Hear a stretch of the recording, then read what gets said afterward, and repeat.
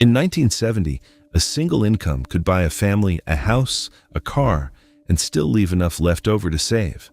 Today it takes two incomes, and for a growing number of people, even two incomes isn't enough. You've probably been told why.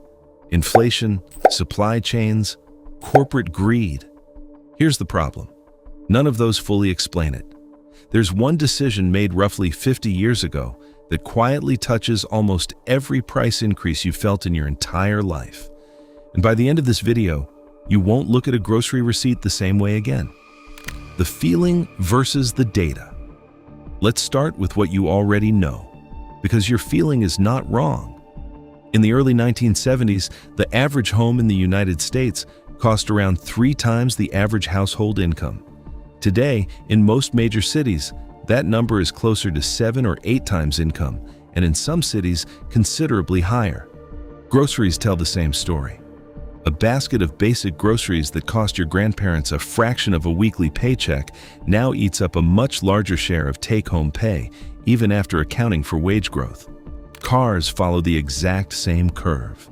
The average new car in the United States now costs roughly what an average home cost 2 generations ago, adjusted for the era. And it's not just the big-ticket items. College tuition, childcare, healthcare, even the cost of a basic wedding all show the same shape when you plot them against wages over the same 50-year stretch.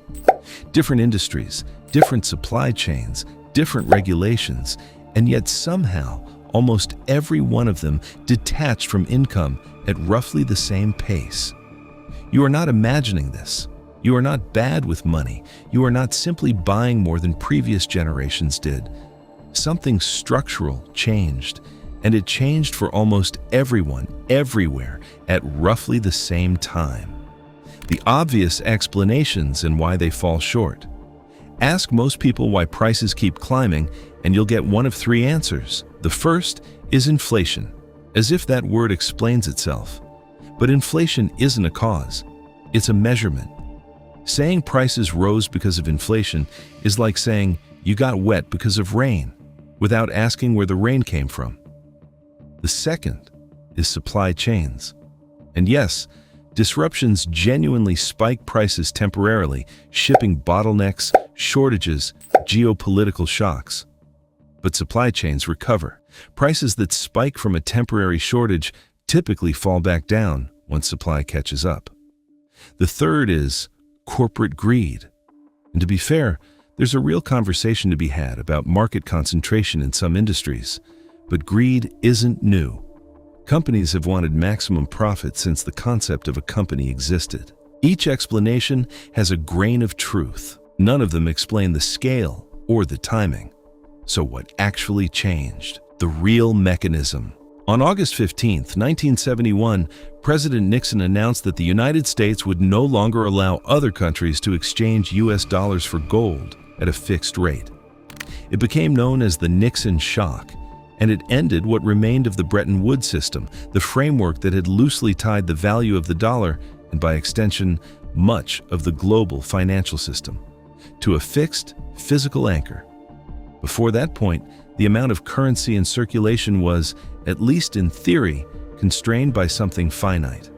After that point, currency could be created in whatever quantity policymakers deemed necessary without that same physical constraint. Many economists point to this shift as one of the foundational drivers behind the long-term price trends we're discussing, alongside other factors like debt-based monetary expansion and shifts in global trade. It's genuinely debated how much weight to assign each factor, but the pattern lines up closely enough that it's worth walking through. Here's the first piece. Once currency creation is no longer tied to a fixed physical anchor, governments and central banks gain enormous flexibility to expand the money supply, especially during crises, recessions, wars, financial collapses. Expanding the money supply can genuinely help stabilize an economy in the short term. But when more currency chases the same amount of real goods, houses, food, cars, over the long run, prices in those categories tend to rise, even if wages don't rise at the same pace. Here's the second piece, and it's the one that shows up most clearly in the data. Since the early 1970s, worker productivity in the United States has climbed substantially, by most measures, more than doubling. Workers are producing significantly more value per hour than they did 50 years ago. But wages, adjusted for inflation, have grown at a fraction of that rate over the same period. For decades before the 1970s, wages and productivity moved together almost in lockstep, rising and falling roughly in tandem. After the early 1970s, that relationship broke apart, and the two lines on the chart, once nearly overlapping, started pulling further and further away from each other with every passing decade. That gap didn't just vanish, it had to go somewhere. Here's the third piece, and it's the one people feel most directly: housing. Land and housing are, by nature, limited. You cannot simply manufacture more prime real estate in a growing city the way you can manufacture more currency. So, when the money supply expands significantly over decades, assets with genuinely limited supply, real estate chief among them, tend to absorb an outsized share of that expansion. Put those three pieces together: a currency no longer tied to a fixed anchor, a widening gap between what workers produce and what they're paid, and limited assets like housing absorbing a growing share of an expanding money supply. That's not a single villain. It's a slow-moving structural shift that's been compounding quietly for 50 years. Who wins? Who loses? Every structural shift like this creates winners and losers, and this one is no exception. If you already owned assets before this trend accelerated, real estate, stocks, businesses, you were largely protected, and in many cases, you benefited significantly. Asset prices tend to rise alongside monetary expansion, which means owners of assets generally saw their wealth climb even as everyday costs rose for everyone else.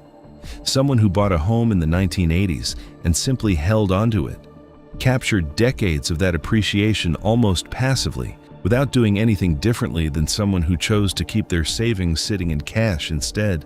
Governments and large borrowers benefit too, in a specific way. When currency expands over time, debt effectively becomes easier to repay in real terms, since you're paying back with dollars that are worth less than the ones you originally borrowed. That includes government debt, corporate debt, and yes, your own mortgage.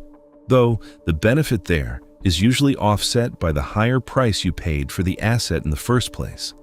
This is why the conversation around this topic isn't really about a villain twirling a mustache somewhere. It's about a system that quietly rewards asset ownership and existing wealth, while steadily eroding the purchasing power of pure wage income decade after decade, without most people ever being told that's what's happening. What this means going forward. So where does this leave us? Is this trend accelerating, stable, or reversible? Historically, once a monetary system moves away from a fixed anchor, reversing course completely is extraordinarily difficult, politically and economically. No major economy has seriously attempted to return to a strict, fixed anchor system in the decades since. So structurally, this dynamic doesn't appear to be going away on its own. What has changed more recently is public awareness. More people are asking why their paycheck buys less every year. More people are tracking the gap between productivity and wages, and more people are treating asset ownership, not just income, as a core part of long-term financial planning, precisely because of the dynamic we just walked through. That doesn't mean the trend reverses. It means more people are adjusting their own strategy to account for it, rather than assuming their paycheck alone will keep pace the way it once did. If you enjoyed this video, don't forget to like and subscribe to continue getting the latest access to similar videos like this.